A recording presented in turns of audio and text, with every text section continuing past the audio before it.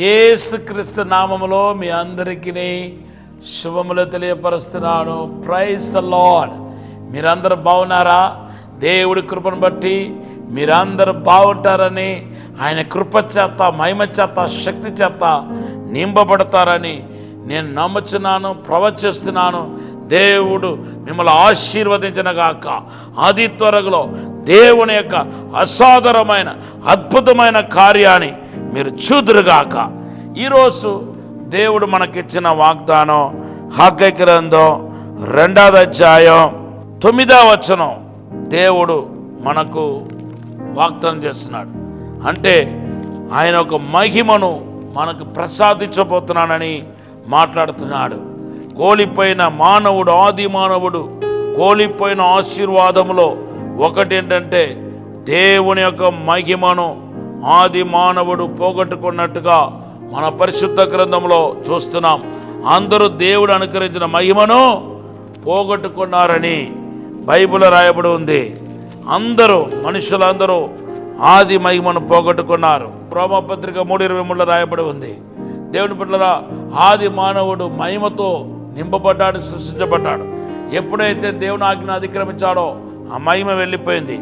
వెళ్ళిపోయిన మహిమ దేవుని బిడ్డలారా మరలా ఈరోజు మనకి ఇవ్వబడి ఉంది, మనలోనికి వచ్చిందనే విషయాన్ని ఈరోజు మీకు చెప్పాలని పరిశుద్ధాత్మతో నింపబడి మీతో మాట్లాడుతున్నాను.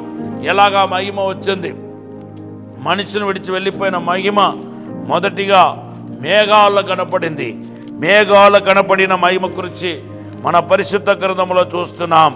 చూడండి, మన ఆది మానవుని విడనాడిన మహిమ మరలా మేఘాల్లో కనపడినట్టుగా నిర్గమకాండం 16వ అధ్యాయం 10వ వచనంలో మనం చూస్తున్నాం. ఈ మహిమ ద్వారానే ఇశ్రాయేలు ప్రజలు పోషించబడ్డారు, మన్నా కురిపించబడ్డాయి. ఈ మహిమ ద్వారానే అనుదినము పోషించబడ్డారు.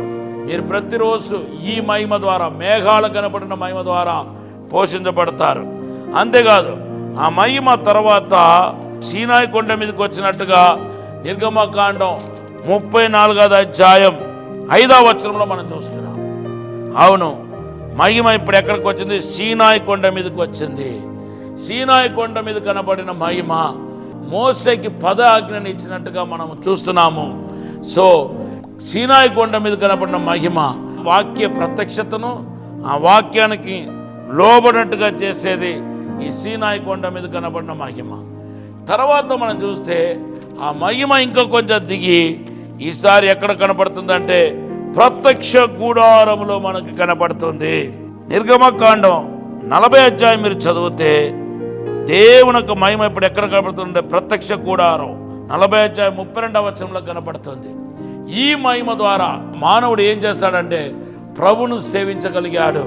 కానీ ప్రత్యక్ష గుడారం దాకా వచ్చింది, కానీ ఇంకా మనిషిలోనికి రాలేదు. ఎందుకంటే మనిషిలోనికి రావాలంటే మొదటిగా ఆయన చేసిన పాపానికి ప్రాయశ్చిత్తం కలగాలి. యేసుక్రీస్తు వారు ఎప్పుడైతే ప్రత్యక్షమై ప్రాయశ్చిత్తం చేశాడో ఇప్పుడు ఆ మహిమ మనిషిలోనికి వచ్చినట్టుగా మనం చూస్తున్నాం. చూడండి, యోహాను సువార్త 1వ అధ్యాయం 14వ వచనంలో మనం చూస్తే కృపా సత్య సంపూర్ణుడై యేసు మనలో నివసించును అనే మాట రాయబడి ఉంది. ఈ యేసు కృపా సత్య సంపూర్ణుడై మనలో నివసించిన యేసు దేవుని బిడ్డలారా మహిమ గలవాడు.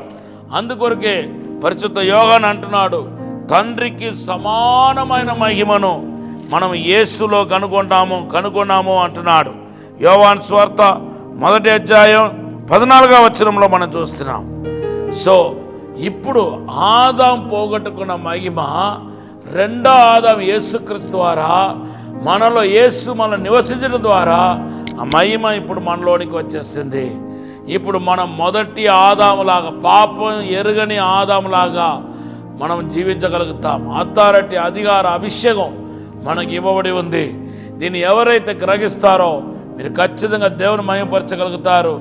ఇప్పుడు మహిమే కాదు, యేసుక్రీస్తు బయట లేడు, మహిమ బయట లేడు, మీలో ఉన్నాడు.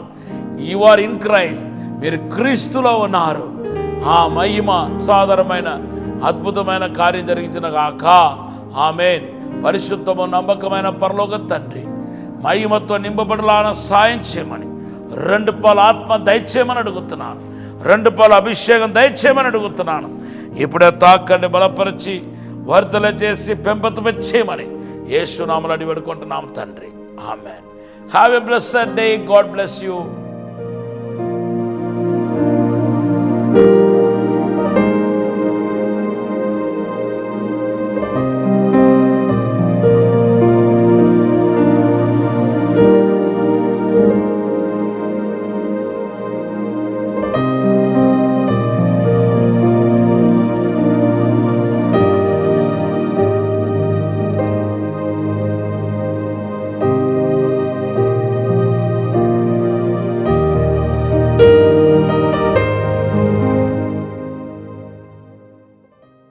గూడెంలో దహించు అగ్ని యేసుక్రీస్తు ఆశీర్వాద స్వస్థత వాగ్దాన కూడిక జనవరి 12వ తేదీన ఉదయం 9 గంటల నుండి ప్రారంభించబడును. స్థలం దహించు అగ్ని చర్చ్, అద్దరి వీధి, గూడెం. ఆర్మూర్లో దహించు అగ్ని నూతన సంవత్సర వాగ్దాన కూడిక జనవరి 13వ తేదీన సాయంత్రం 6 గంటల నుండి. ముఖ్య ప్రసంగికులు డాక్టర్ థామస్ గారు, డాక్టర్ షీబా థామస్ గారు, దహించు అగ్ని మినిస్ట్రీస్, రాజమహేంద్రవరం. స్థలం ఎంఆర్ గార్డెన్స్, పెర్కిట్, ఆర్మూర్. సికింద్రాబాద్ లో దహించు అగ్ని పరిశుద్ధాత్మ నింపుదల మరియు విడుదల సదస్సు జనవరి 14, 15, 16 తేదీలలో ప్రతిరోజు ఉదయం 9 గంటల నుండి సాయంత్రం 5 గంటల వరకు జరుగును. స్థలం గుజరాత్ స్కూల్, రాణిగంజ్, సికింద్రాబాద్. మరిన్ని వివరాలకు 9494940072